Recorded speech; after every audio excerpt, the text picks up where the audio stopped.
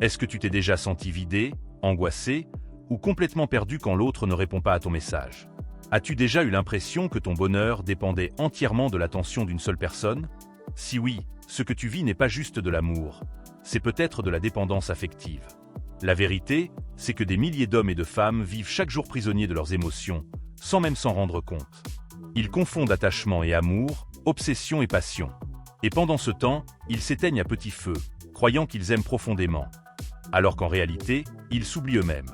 Dans cette vidéo, on va décortiquer les signes puissants et souvent invisibles de la dépendance affective.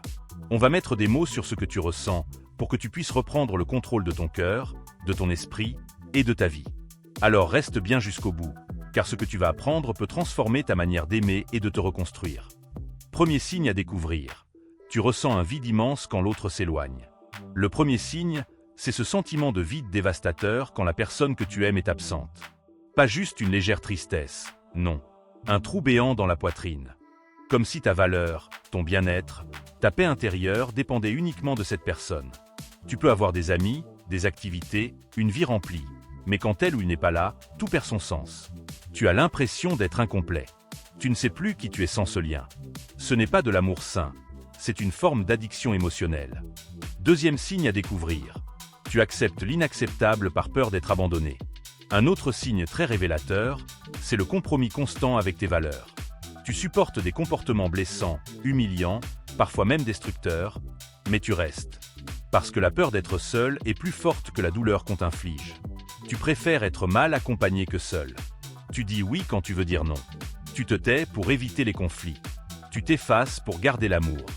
C'est là que la dépendance affective se manifeste le plus, quand tu sacrifies ton intégrité pour ne pas être abandonné. Troisième signe à découvrir.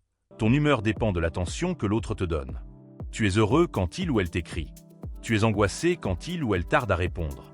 Ton humeur est un véritable montagne russe émotionnelle, entièrement dictée par la présence, les messages, les gestes ou l'absence de l'autre. Tu guettes ton téléphone. Tu suranalyses les moindres signes. Un silence te plonge dans le doute, dans l'obsession. C'est un signe clair que ton équilibre émotionnel repose sur une base extérieure instable, l'autre personne. Et tant que ce sera le cas, tu seras prisonnier de cette dynamique. Quatrième signe à découvrir. Tu te perds dans la relation. Tu n'existes plus en dehors de l'autre. Quand tu es en couple, tu t'oublies. Tu négliges tes passions, tes amis, tes projets. Tu vis à travers la vie de l'autre. Tu fusionnes au point de ne plus savoir qui tu es seul. Tu adoptes ses goûts, tu modifies ton comportement, tu changes tes priorités. Non pas par choix sincère, mais par peur de ne pas lui plaire, de ne pas être suffisant. Cette perte de ton individualité est un signe profond de dépendance affective. Car un amour sain nourrit l'identité, il ne l'efface pas. Cinquième signe à découvrir. Tu as une peur constante du rejet et de l'abandon. Même si tout semble aller bien, tu es constamment en alerte. Tu anticipes les ruptures. Tu cherches des preuves d'amour en permanence. Tu doutes, tu questionnes, tu surinterprètes. Tu peux devenir jaloux, possessif, contrôlant, non pas par méchanceté, mais par angoisse de perdre. Cette peur n'est pas rationnelle. Elle vient souvent d'anciennes blessures, d'un manque d'estime de soi. Et elle t'empêche de vivre une relation dans la sérénité. Elle te pousse à s'accrocher quand tu devrais lâcher, à supplier quand tu devrais poser tes limites. Sixième signe à découvrir. Tu as besoin d'être aimé pour te sentir valable.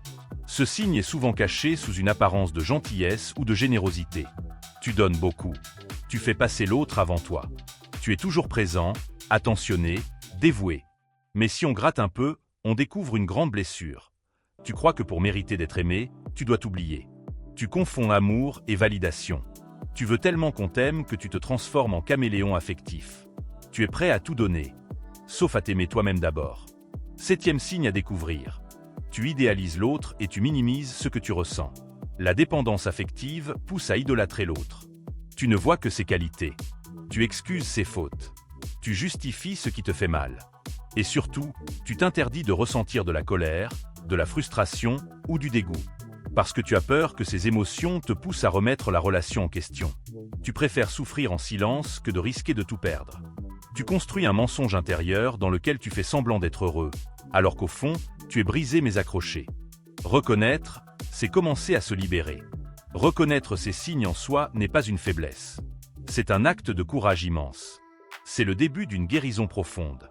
Car la dépendance affective ne disparaît pas en fuyant une relation.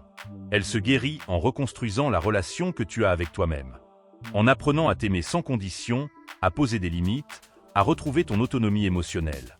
La vraie liberté commence quand tu réalises que tu n'as pas besoin d'être aimé à tout prix, mais que tu mérites d'être respecté, en commençant par toi.